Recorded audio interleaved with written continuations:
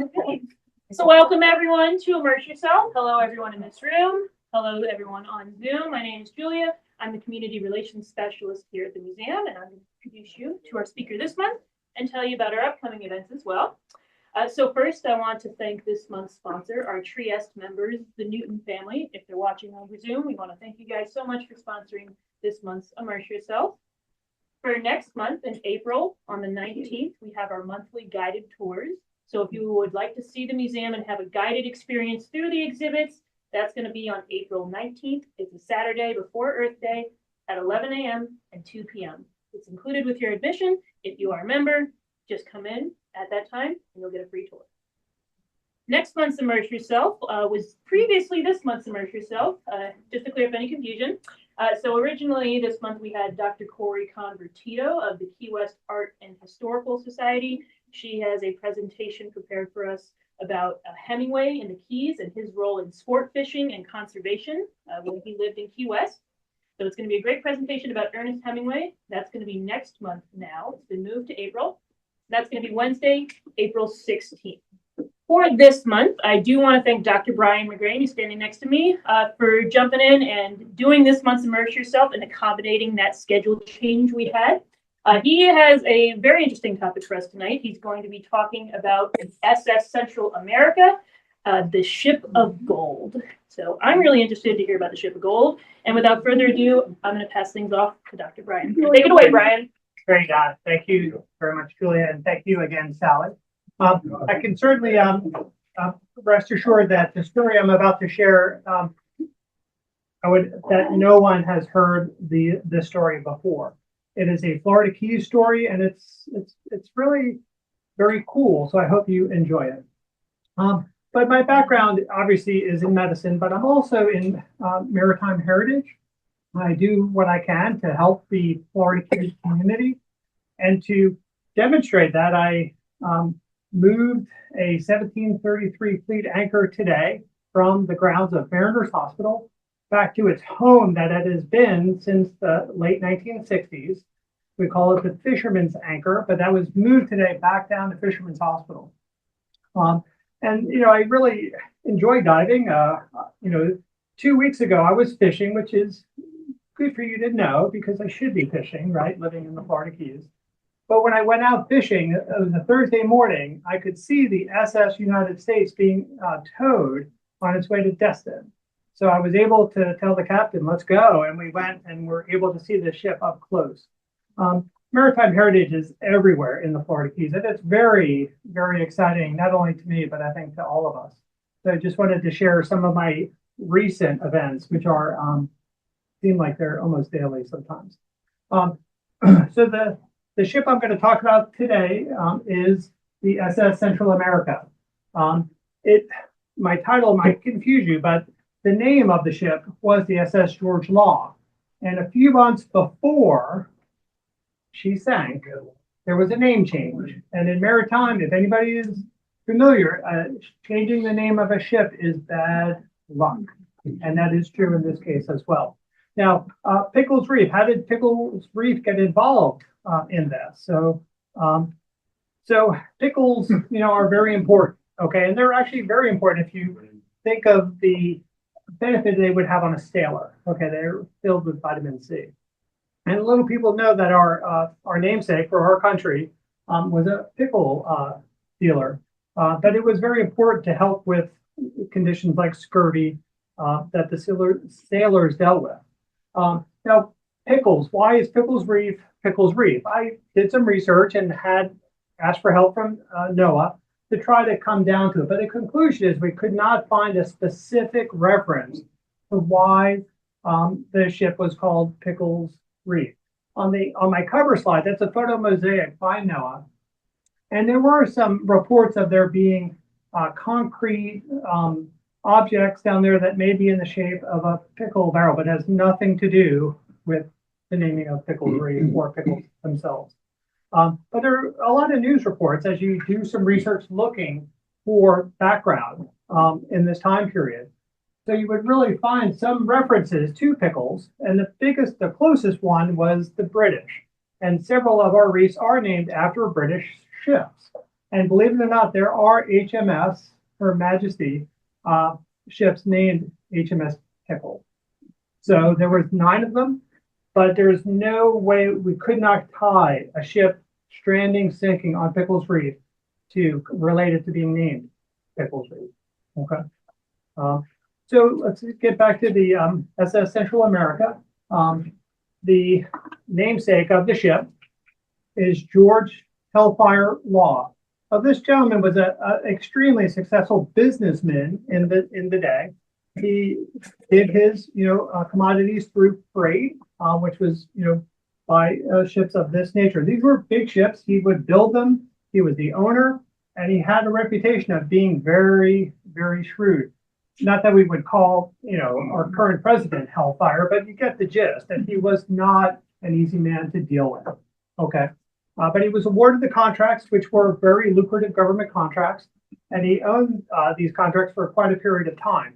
He would buy and sell these ships. At this time, Mr. Vanderbilt was getting involved, but he was more on the west coast of the United States. But this was extremely lucrative because of basically the cargo.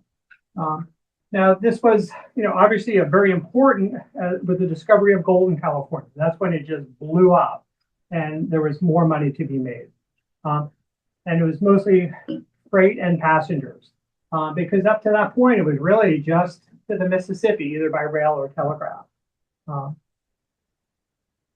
So I have, some drawings of the SS Central America, but I have the ship here as well. It is a side wheel paddle steamer, which used not only coal to power the engines, but it used sail. Now, this is a mid-century innovation in the use of the combined sail and coal, which was basically to help save on the use of coal.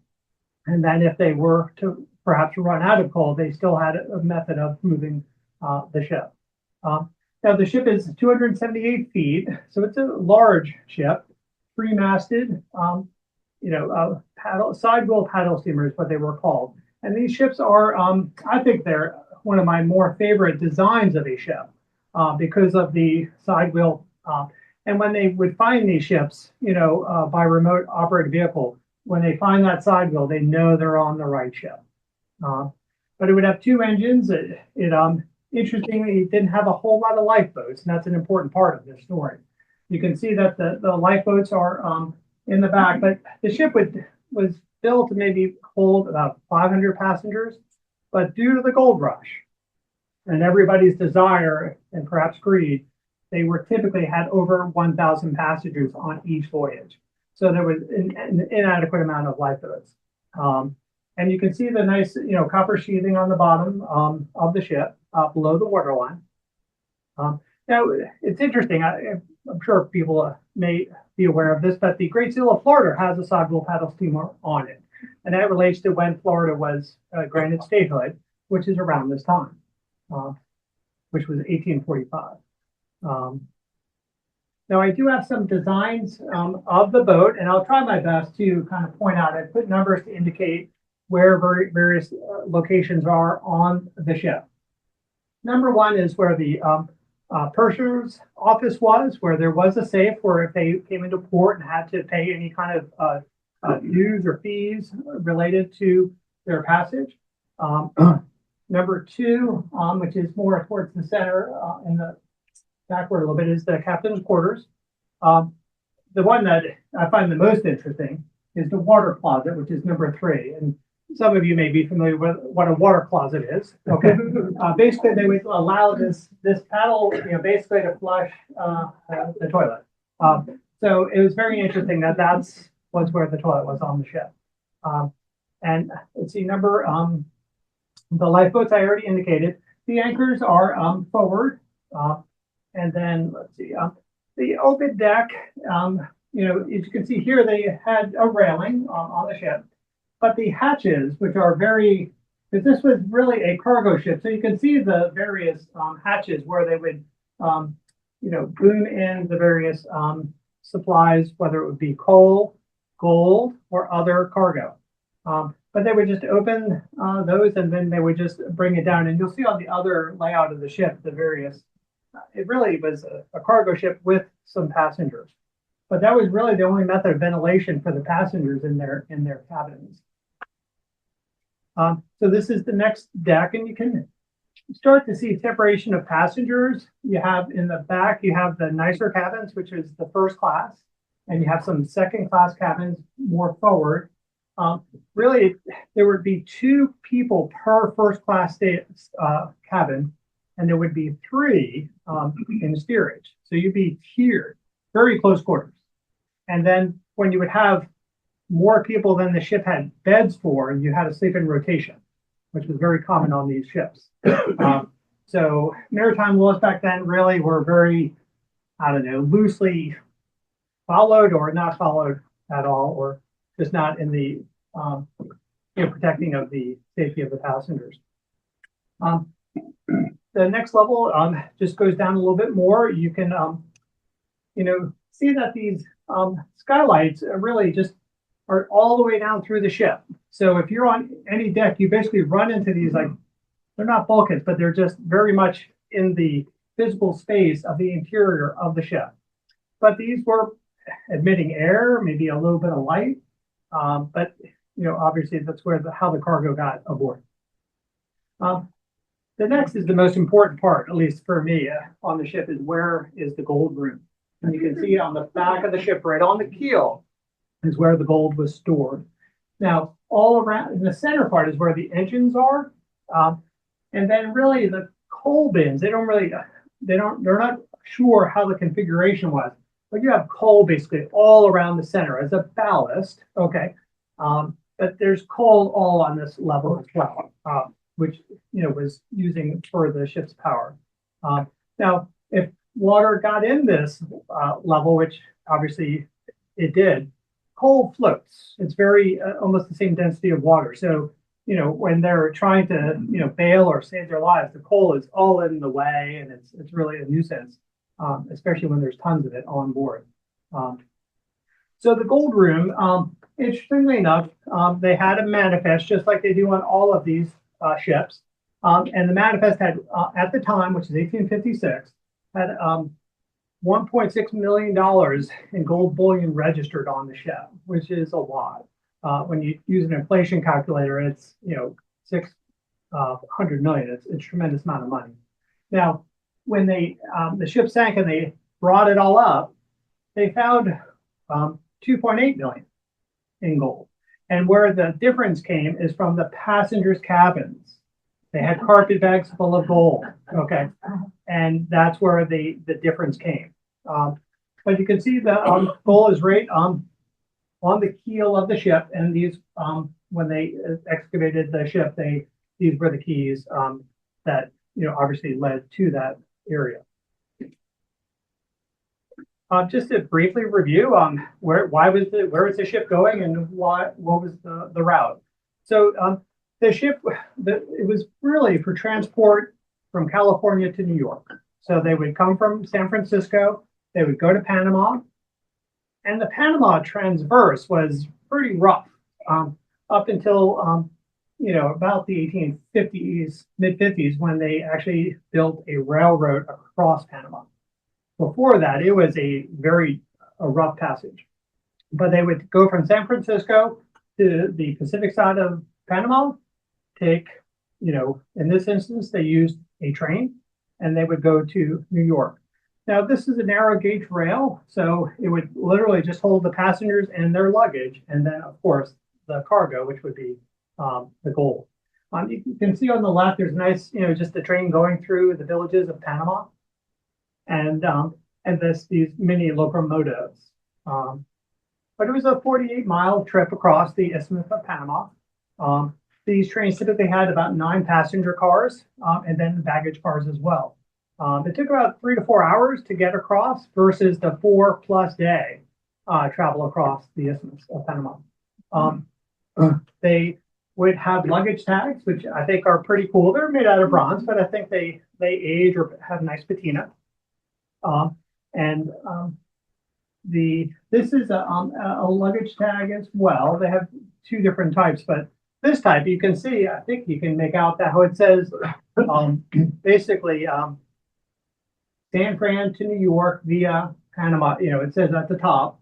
I don't know if you can make that out, and then at the bottom it goes via Panama. I think these kind of artifacts are very cool. They're personal, and they really relate to the individuals that were on this ship.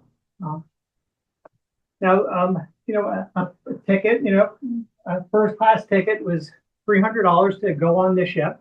And if you use an inflation calculator, you'd be surprised that is in today's value, that's a $10,000 ticket. Um, and the steerage, which you think is probably pretty bad, they're paying $5,000. So these were people of means. They were going from one side of the country to the other. But they were influential people. They were shaping the West. So, but this is a ticket that came from that purser's safe. When they were going through the wreck site, they actually found their safe, brought the safe up intact, and when they opened it, this was like in a leather-bound pouch, and they were able, through conservation, to get pretty good detail on some of these tickets. But the cabins, there was only 55 first class cabins, so really that holds very few people. And the steerage had 400 double, that had room for about 400. So there really wasn't enough room for 1,200 people on the ship. And the crew of the ship was about 50. So this is, a very interesting photograph. This is part of what's, the time capsule of a shipwreck. Now, this photo, just by the type of photography used, can help date, when a shipwreck occurred. This is called a daguerreotype, and this is interesting because if you're a photographer, it's a very interesting technique of how they get the image to be recorded on the plate. But it's a polished plate of silver, silver plated copper, and with shine to a mirror finish that was treated with fumes to make the surface light sensitive, and then they would expose it, and then they would have a pretty nice image. Now these would be subject to smearing or damage, so they would have to put them in like a protective case. So when you look at these type of photographs from this time, they're very distinct in how they are. But they look like duly negative. You tilt it, it looks kind of like it's both a negative and a positive appearance when you look at it. So now let's put this picture that was found during the recovery into where it was found. So this is that same picture found on the bottom of the ocean in about 8,500 foot of depth. Okay. Wow. This is a remote operated vehicle that is basically doing the excavation. It's got its lights on. It lights up the subject matter very well. And you can see all around this is that coal I was talking about. Okay. So putting the artifact into perspective it's very interesting. Now, the next part, I'm very much into coins. Okay. So now let me take that same artifact and put it in the context of coins. Okay. Now, when you look at this is more of a scatter of pattern. When this deposited here, this came from a passenger's like carpet bag or their luggage. So when this exploded on the sea floor, you could see 4 or 5 of their photographs went, and then their money. So that's an example of the passenger money that was held separately than in the safe. So this is a good representation of a passenger, their belongings just going. I hope that would be my bag on the ship. Pictures of my family plus all of those gold coins. Now let me just kind of back up a little bit and give you more of a timeline of this ship when it was built in 1853 and its lifespan, okay, of having, about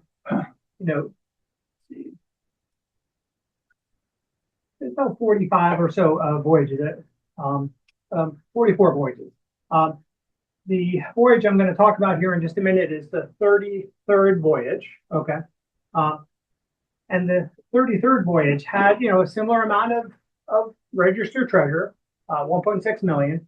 And then the passenger gold was still quite high. And they have all this stuff registered. It's very interesting, at least the registered treasure they do. But it's very interesting how this ship was going back and forth every 2 weeks. I mean, this was, and they kept a tight schedule, so they would be in New York, offload, and off they would go. So they were very strict deadlines. I indicate on here on the timeline when this is our voyage that we're going to talk about, and then it, as I indicate on the right here, it had its name changed literally right before it sank. Okay, in a hurricane. So, all right. So this gentleman, I'm sure everybody is not familiar with the first governor of California. His name is Peter Burnett. He was an early 49er. He wasn't well known for his work in politics. He was the author of a lot of exclusion laws banning blacks, and that was not popular in California because they're trying to grow California, build California, and those kind of laws inhibited development.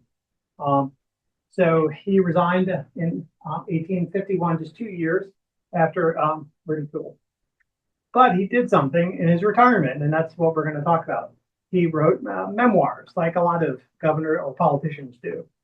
So in this memoir, he writes a lot of, mostly it's a travel memoir, and he writes about, it was a passenger on this 33rd voyage we're going to talk about that involves the Florida Keys and Pickles Reef.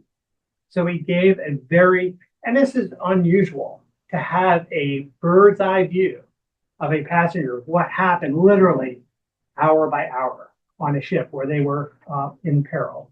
And they were concerned about are they going to make it? He was traveling with his son-in-law on this voyage. And, this is a Harper's Weekly drawing that, of the time, which shows the ship, the SS George Law at the time, coming into Havana Harbor. And Havana was their refueling port. Okay, at this time, Key West is a very brand new city, and Havana is much more established. Havana has been around for hundreds of years, dealing and taking care of sailing ships, where Key West was, just in its infancy. But on this voyage, the captain of the ship presented to Havana Harbor, and they were denied entry because of a yellow fever outbreak. So he had to turn around, and he decided to go to Key West to refuel. Now, it's interesting. I gave you that timeline of the ship where it had 44 voyages. This is the only time those 44 voyages that it ever had to divert. And it's the only time this ship came to a U.S. port other than New York, and it was Key West. So they refuel in Key West, and they obviously wanted to get out before sunset so they could navigate the shallows, and off they went.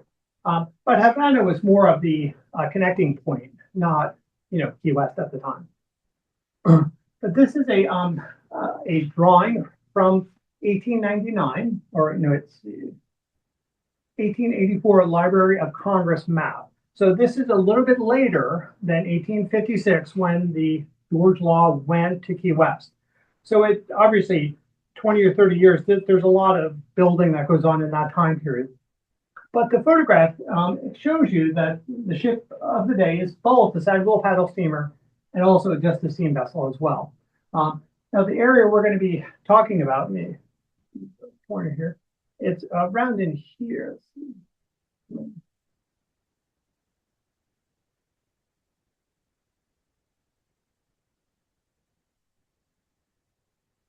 Okay, it's right over in this area where the ships would come and get refueled with coal. So you can see on this one side there's I think there's like a rail. It may be hard to see, but they would come. You can see one ship is already in, getting a refuel. But I have a interesting thing that perhaps show this a little bit more in detail. Now this I found, down in Key West at the library. This is a drawing that was done by an artist who was on a boat anchored in Key West Harbor. Now this is dated 1862, so this is only 6 years from when the George Law, visited Key West. So this, I think, is a little bit more of what it looked like. Now, there's this one building. Let's see if I can. Sorry, I can't really see. Okay, it's all the way here to the left. This building, it's got like a tower. Yeah.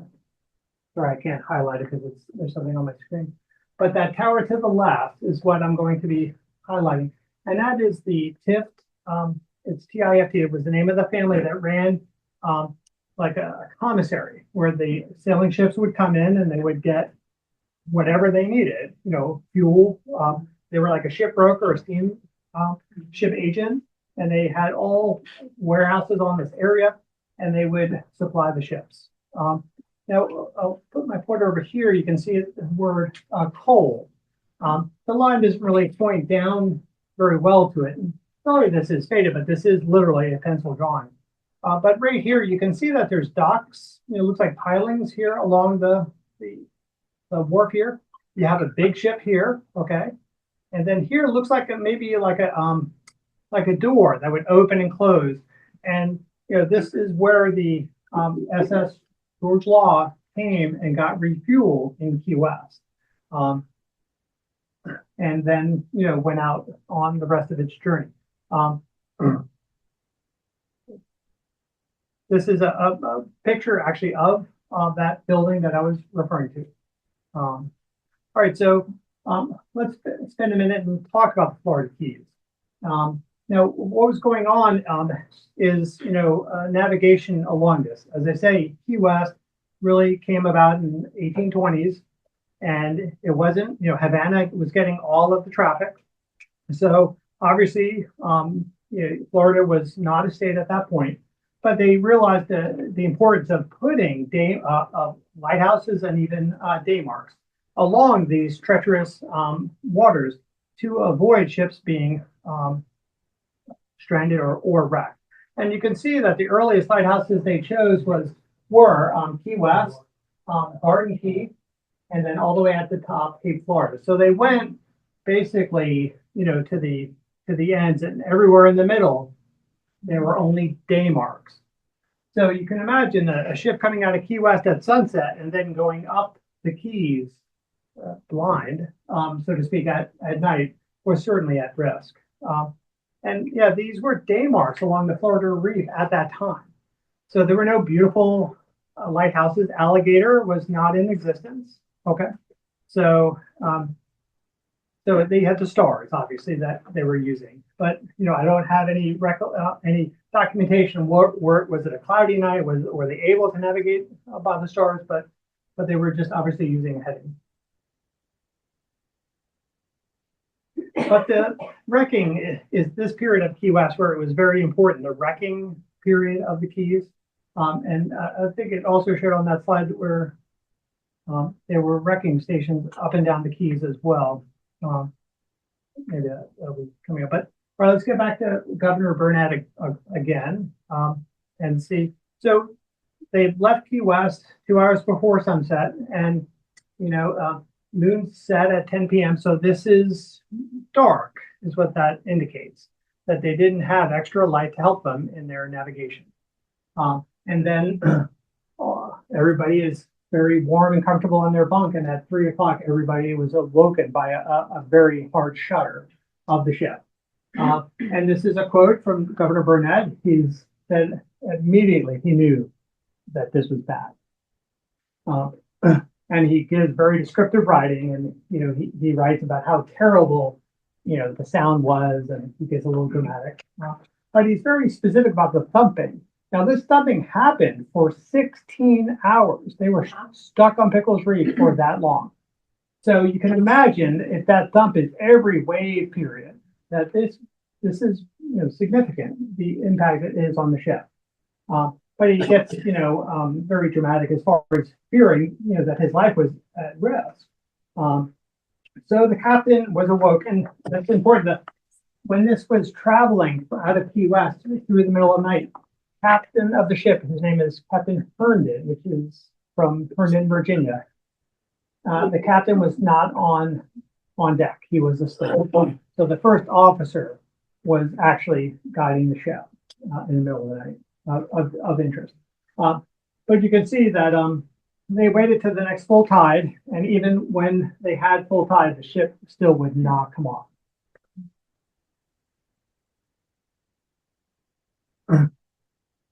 So with daylight, of course, everybody's probably been on deck all night. You know, he writes in his diary that he was able to see the low shore of the Florida Keys about 3 miles distant. I'm sure they didn't have binoculars like we all are used to today.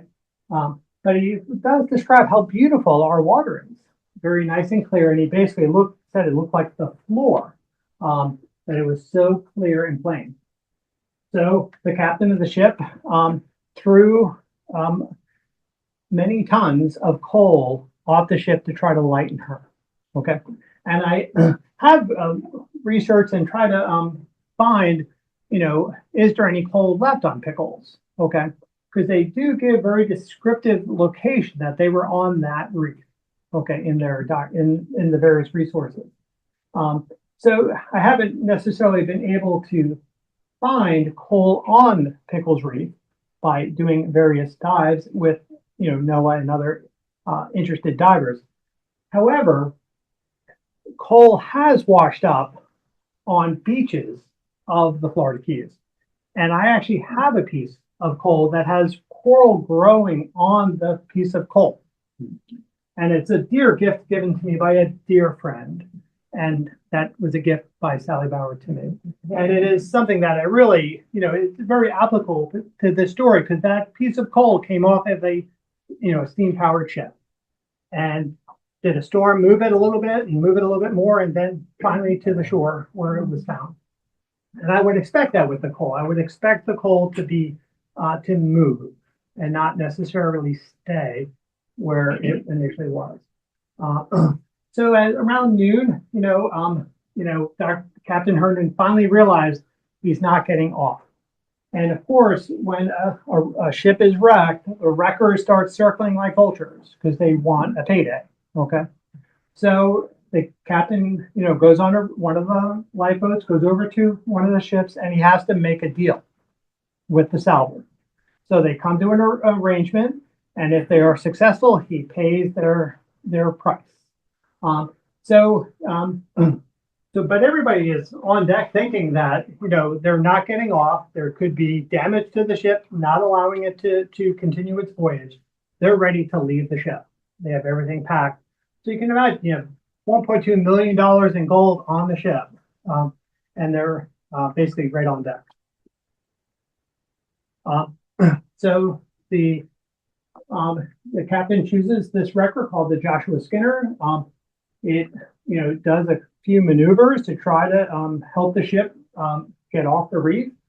They throw an anchor forward and they start to wind a device called the hawser to just kind of pull little by little to pull it enough off the ship. And then the capstan as well. These are devices that you see on the ships, like a wheel on the deck of a ship. So they were able to finally turn the bow of the ship towards the deep water, and they put the paddle wheels in motion, and they moved at a slow and cautious rate to, get free of the reef. So, of course, there was great cheer, from the passengers when this occurred. And there are notes in his diary that when they got to New York, they took up a collection. And they felt that, not that the captain wasn't, but they felt that the chief engineer did an exceptional job in helping with this coming off the reef, that the passengers took up a collection and they bought him a gold watch when they went to New York as a tribute to his efforts. And then, surprisingly, they had a very brief inspection in New York and they were back out. So was there damage to the ship? Well, a lot of people think so because not long after the ship sank in a hurricane. So how much did the Joshua Skinner captain and his crew get? They got paid $500, which with an inflation calculator is about 18,000 in today's dollars. They were paid in this currency. The purser's safe that I pointed out, they basically had to have money to deal with situations like this. So the captain went back on board, got 25 of these beautiful coins, and gave them to the captain of the Joshua Sinner as payment.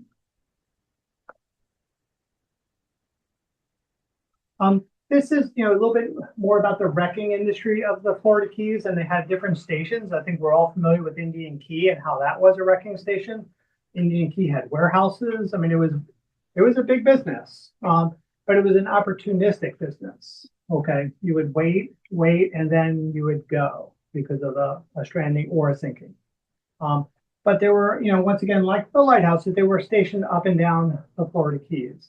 But the salvage, there was a manner in which the salvage had to occur. And initially, the captain would refuse assistance because he would want just to have the tide fix his problem, and he wouldn't have to pay the salvage. But unfortunately, they didn't want to stay on very long due to the damage of the ship.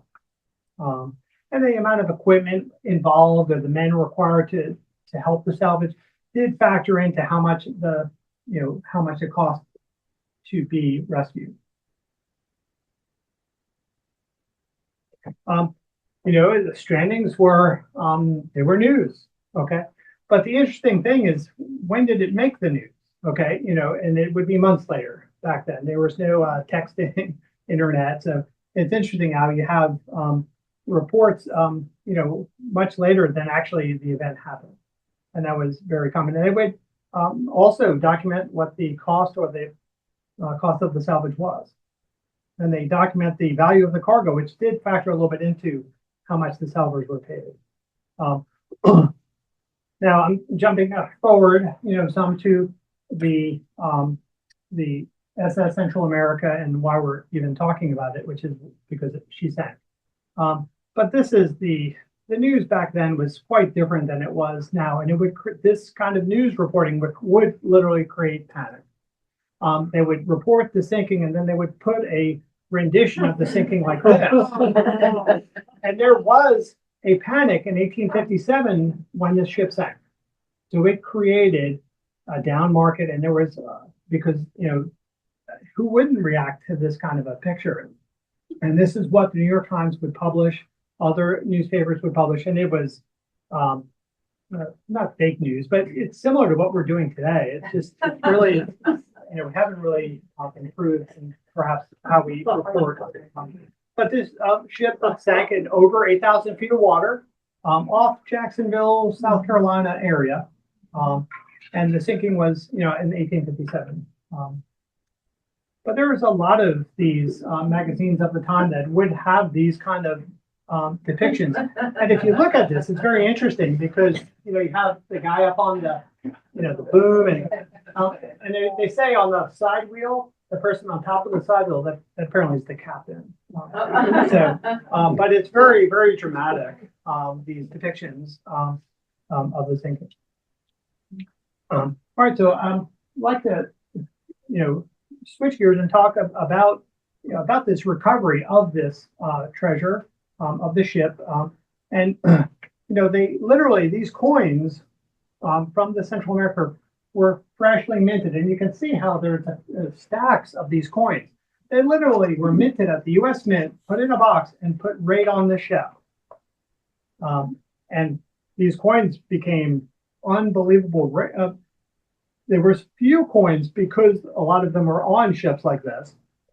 So when this ship was discovered, they were essentially untouched. And gold has that, it's not affected by the seawater.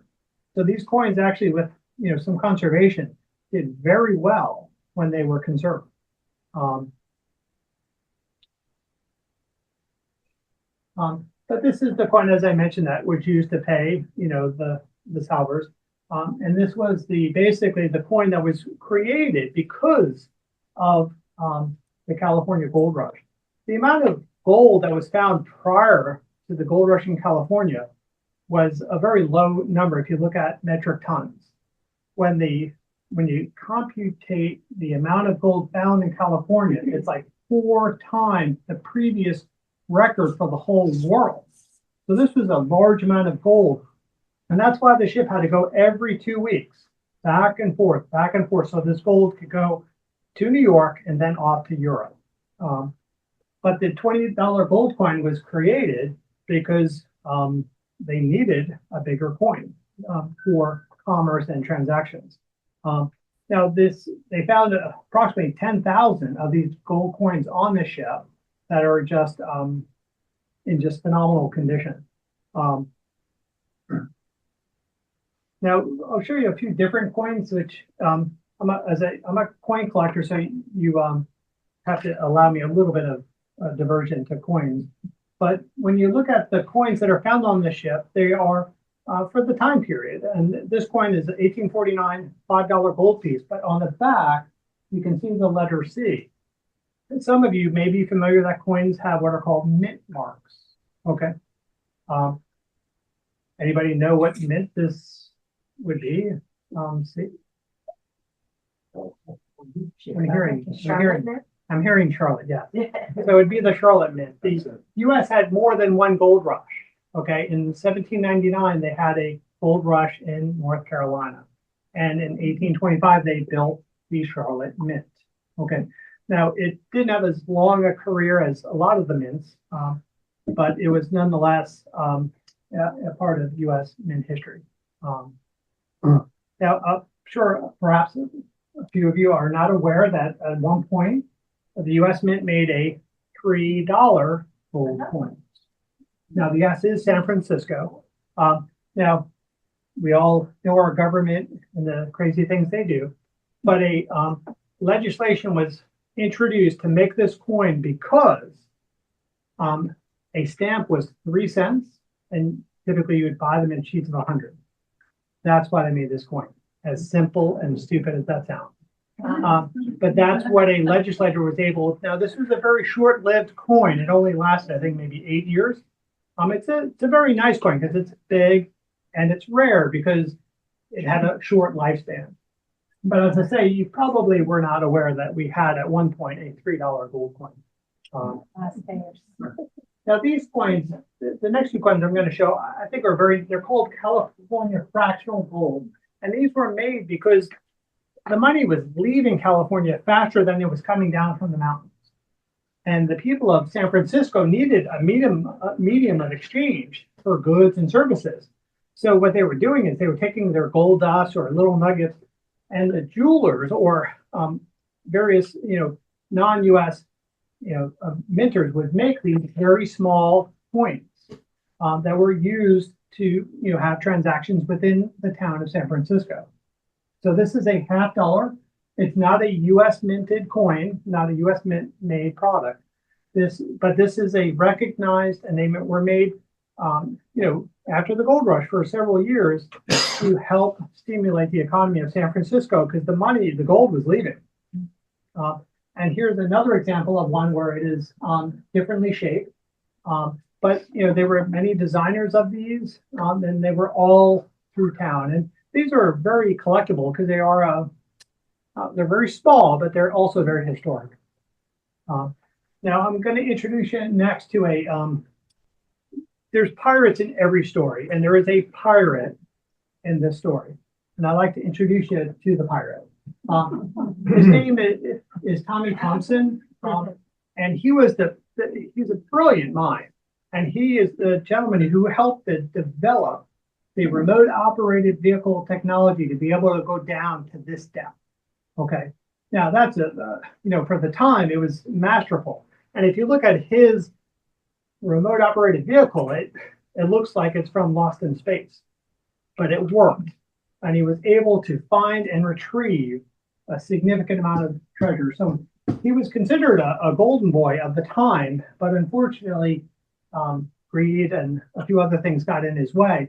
And he's actually in federal prison right now. Now, when they took this picture, who would have thought that the symbolism of this photo, that he's holding this coin, which is a very interesting coin, but he's holding the coin crooked.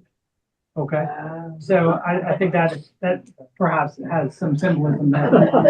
But this is what they did in San Francisco before they built the San Francisco Mint. The government would allow assay offices to be in operation. They were called provisional mints. And this was made by the Provisional Mint. This is a slug. It's a $50 denomination, and it actually weighs 2.5 ounces. These are extremely rare and extremely valuable. But it's just, I think it's interesting how when I found this photo, I was like, the coin being crooked, just it certainly. But he was arrested in 2015 by the U.S. Marshals, hiding out in Boca Raton in the Hilton Hotel, and they have still not disclosed a location of a large cache of gold coins. So I guess he's keeping his mouth shut because I guess loose lips thing shows. But there is, still I think he's because he defrauded investors is why he's in jail. It's very complicated. All of these recoveries and salvages are extremely complicated, and it just, unfortunately, it becomes difficult. But there is a little bit bigger of the picture. Now, the coins were, I showed that one photo where they were stacked, and this is the box they were in. Okay, and you'll be familiar with when I show you the cover of the box, the bank that was, owned the coins. Okay, now the coin boxes, if you look at this box and you compare it to an Etosha coin box, very similar. It's interesting how, separated by 200 years, they transported the coins in the same fashion. So I find that very interesting. Now, the thing I like about the shipwrecks is how things are conserved. Now, this is one of those boxes that, were found, and they removed the sides and they have the coins as found. Okay. Now, what they did on this conservation is they were able to take the position of every single coin. Okay. And then basically when they conserved it, they were able to say, all right, this is the coin. And on the last line, it's in position A211. So if you go back here, you can go to stack A2.11, and that's exactly where that coin was found, which from a marketing perspective is huge. And I have to say about Mel Fisher down in Key West with the Etosha, he was a marketing genius. Okay. And same thing here. What these salvers or these companies do is they take a conservation like this, they give you the position, and it makes it special. And trust me, it adds significant value to the collectors. But these coins are very beautiful. They did a great job in the recovery and the conservation. Now, haven't talked much about the bricks, okay, from this wreck. These bricks were on every single voyage, every single voyage. So if you compare this to the Etosha had 900 silver bars. This wreck had over 500 of these gold bars. So that's why this is clearly the ship of gold, because, I would definitely want gold bars over silver bars. And they're all different shapes and sizes, and you can see how they were stamped. So they would stamp your name on it, which is very nice, and they would stamp the value and the ounce and also the purity of the gold. And on the bottom right, you can see there's like a cut, a triangle at the bottom. That's where they would cut it to test the purity of the gold. And then they would stamp it, and then on the ship it would go. And that's very similar to what they did in the Etosha on those 900 silver bars. They had different markings, but they achieved the same thing. So when that arrived in New York, they would, basically say, all right, Kellogg, boom, put it over here, and they would go to Mr. Kellogg. So it's interesting. A lot didn't really change, but they did the same medium of exchange. But you can see some of the other products here. We have coins, we have nuggets, we have some quartz, gold with quartz. So there was a lot of different types of gold, that was on the ship. Now, the biggest gold bar is this guy, and I had the pleasure of seeing this bar. And I went out to California to see it on exhibit. But this, obviously is it's 933 ounces. Okay. It's, I think, the most important gold rush artifact ever. So it's basically, that equates to 58 pounds. So now I'm sure you're all motivated to get some gold. No.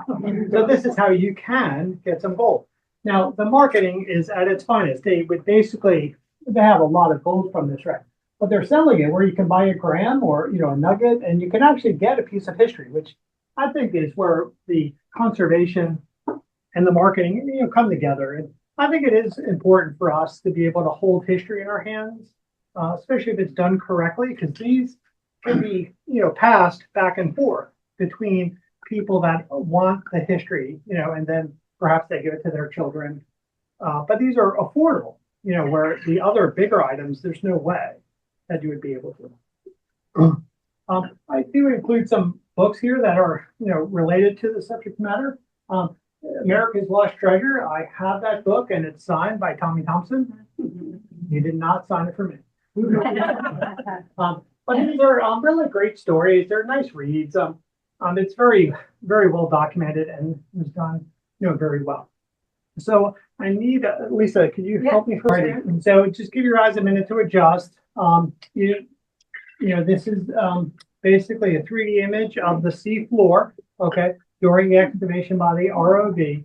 Now at the bottom, here you can see there's a plume of sand. The thrusters, any movement of the ROV, they have to be very gentle because it creates a cloud of dust, which, depending on the current, can take a little bit to clear. But you can really almost reach out and touch these bars because they are very, I don't know, this is a nice grouping of the coins. Let me see. Next one, you actually can almost see through the deck. So let me go. Or maybe it's one more slide. But you can see that there's some coal around. You see that on the upper left, there's some coal. But the ROV would you would see that there's a pile, and it would put would thrust a little bit of water over it to kind of dust off these piles of gold bars. All right, this one you can get a little bit more depth. Hopefully if your eyes are adjusting, where you can see that there is at the bottom here, this is actually, through the decking or the floor. Shipworm, Torito worms would just riddle these timbers, and with the weight of this gold, some of this would fall through. But you can see it's a scattering from when this just crashed on the sea floor. But it's kind of cool, these 3D images. They're just different. Once again, you can see depth here. This is, a hole that goes, down, but this large clump of coins on the left. Now, the way those are looking, I don't know if they were possibly in a bag, okay, because they're the way they are together. Where the coins here, they look like they were perhaps in a bag. Because the way that they're all, stacked. How deep was this? 8,500 feet. It was the ROV could handle it, but nobody else, unless you're in a submersible. But you can see the difference down here, a bag of, holding the coins versus a box holding the coins. Let's try another one. So it looks like these are just teetering right here on the edge to go through that hole and just fall right through. But they were able to, they would vacuum everything, go to the next layer, and just keep going down, removing whatever was in there left. They were very methodical in their salvage. But it's interesting how you can see some of the timbers, right? Because this ship was made out of wood. Okay, it had a copper sheathing, but this was made out of oak. It was a wooden ship. I like this one of the manipulator arm grabbing the gold bar. This is from 1991, so this is a while ago.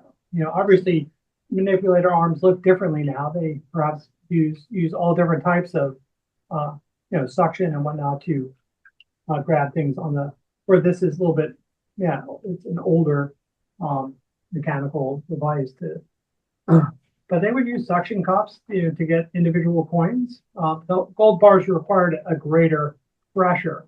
The ROV could be very, it could grab very nimbly, or it could, increase that pressure to hold, if that's a 20-pound bar or whatever the case is. But this is just, this is beautiful when you see jumbled piles of gold bars. It may not look pretty, but once you dust it off and you do a little cleaning, gold shines forever. But this is all from that bottom layer, the keel of the ship. But you can see a little bit maybe of some of the sediment and marine life as well. So, actually, I guess that is it, Lisa. So, Yeah. but no, I'll be glad to entertain any questions. But yeah, and I hope you enjoyed the story. Thanks.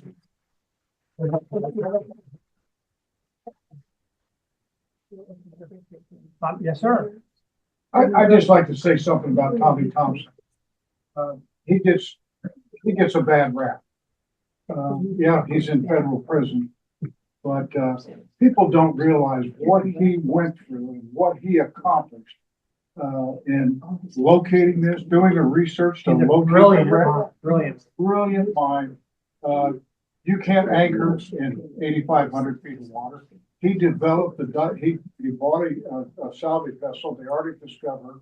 He developed the thrusters and computerized them so that he could maintain position over this wreck site once they found it. He helped develop the side scan sonar to locate this in a hell of a grid that they had 200 miles offshore and 8,500 feet of water. Absolutely a miracle. The U.S. Navy did not have this capability.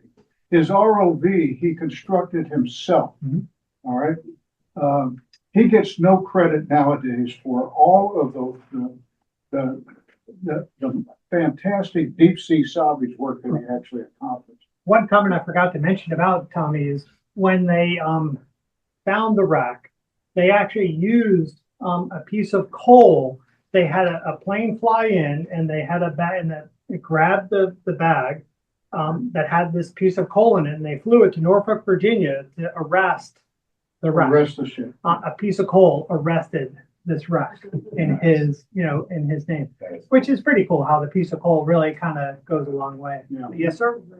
Before we, one thing before we do questions is if we could please rephrase or reword the question for people that are on Zoom, Okay. because they may not be able to hear it. And then when we get done with questions that are in the room, Julia is also moderating. So if people are watching on Zoom, they can type in the question, and then we'll bring it into the room and answer it. Great, thank you. Yes, sir.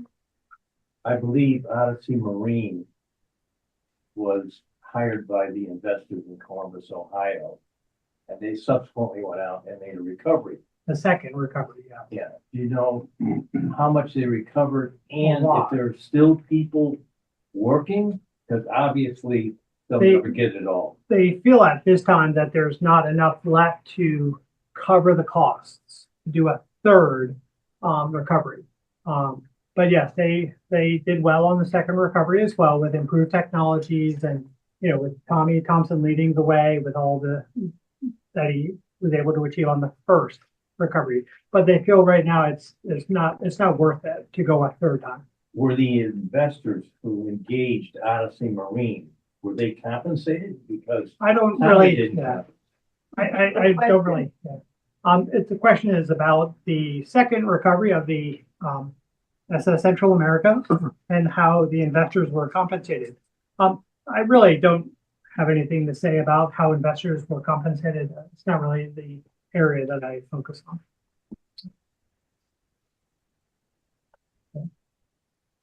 I have a Yeah. question on the gold coins. Who were the women that were on them? How did they get, chosen, or who were they in time? It's a depiction. The question is how did the women or the representation of liberty get on the coin? It was commonplace to use a representation of liberty on our gold coins. Now we didn't do that on our silver coins. We did, some, but but it was an allegorical representation of what we call liberty. Yes, sir. What was Central America's route? Panama to New York. Panama to New York. And so the passengers took another ship from San Francisco down to Panama. That's Is correct. that the way that happened? On this fatal voyage, it was the ship from San Francisco to Panama was the SS Sonora, and then they would get off that sidewheel paddle steamer, and then they would get on the SS Central America. Yes, Alan. You didn't tell us why it's in the Middle East. Well, I think it had something to do with pickle. Oh, the question is, why did it sink? Or I think, there has been a lot of depositions and a lot of inquiry into the sinking because there was insurance involved, on this cargo.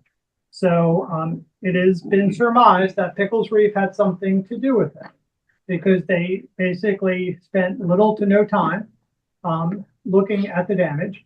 Now, it was overhauled from the time of Pickles to when it sank, but there's also, they felt that the overhaul did not pay attention because the breach in the ship was by the side wheel is where the water came in. And that's where they feel that it was, it received weakening as a result of the pounding that it took for 16 hours on Pickles Reef. So that Pickles Reef has been put in depositions that stranding had a contributing factor to its excessive weakening during the hurricane that it was unable to survive. So, yes, sir. Why was the ship's name changed, and why do ships get their name changed?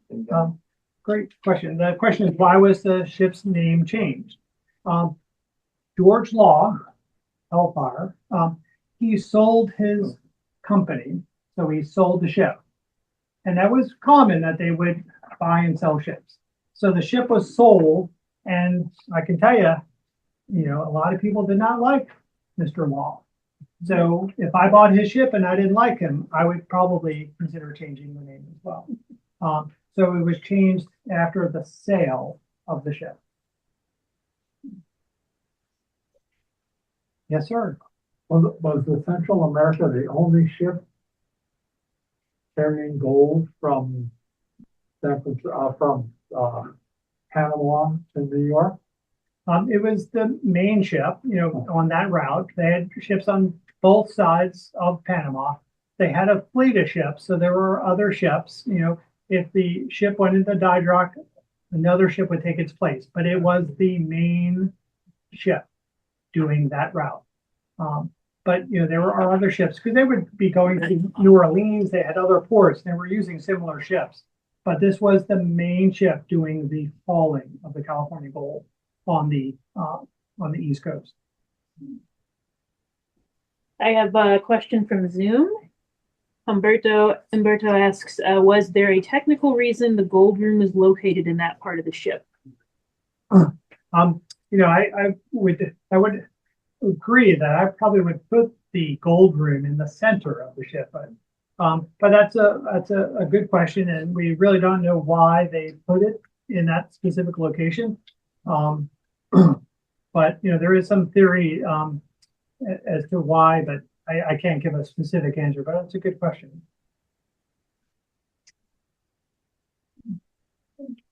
Yes.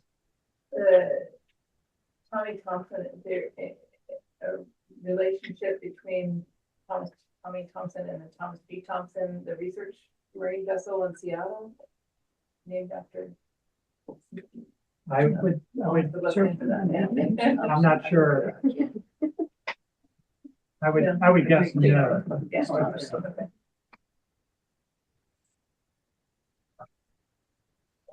Yes, sir. With so much money involved, I was wondering why that ship wouldn't be escorted. It seems like it would be. So repeat the question. Why was the SS Central America or the George Law, why was it not escorted? It was what they did at the time is they required, it was a requirement, meaning the ship could not sail unless the captain was a retired U.S. naval officer.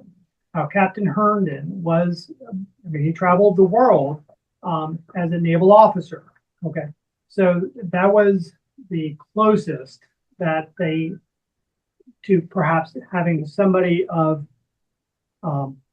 perhaps a military background, but there was no escort.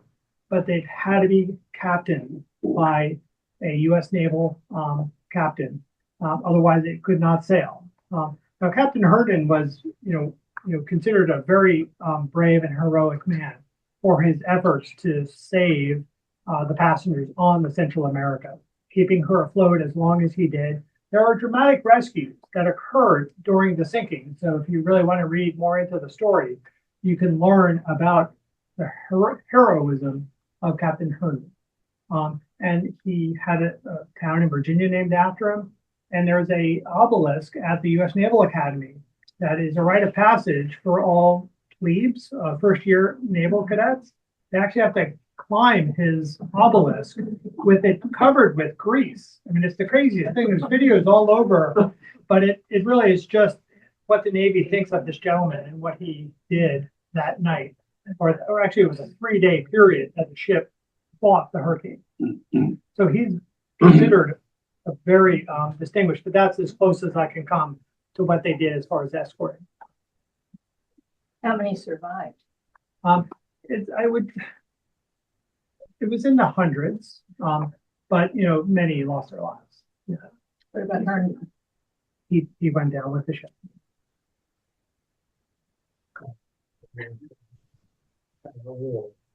Okay, well, thank you for that presentation, Ryan. I'd like to thank everyone who attended. So I have to thank you for being our Immerse Yourself speaker this month. We are going to give you a Great, thank you. 1-year membership and a little free gift in there as Great, thank well. you. So thank you again for presenting. Thank you to everyone who attended here in person. Thank you for everyone who's there over Zoom, and we will see you next Immerse Yourself in April. And before you all leave, again, as a reminder, we are doing a membership drive. So for those of you that are members, we say don't drive by. Dive in. Oh, wait. I had no enthusiasm. We have to do that over. Don't drive by. Dive in. That's right. So I have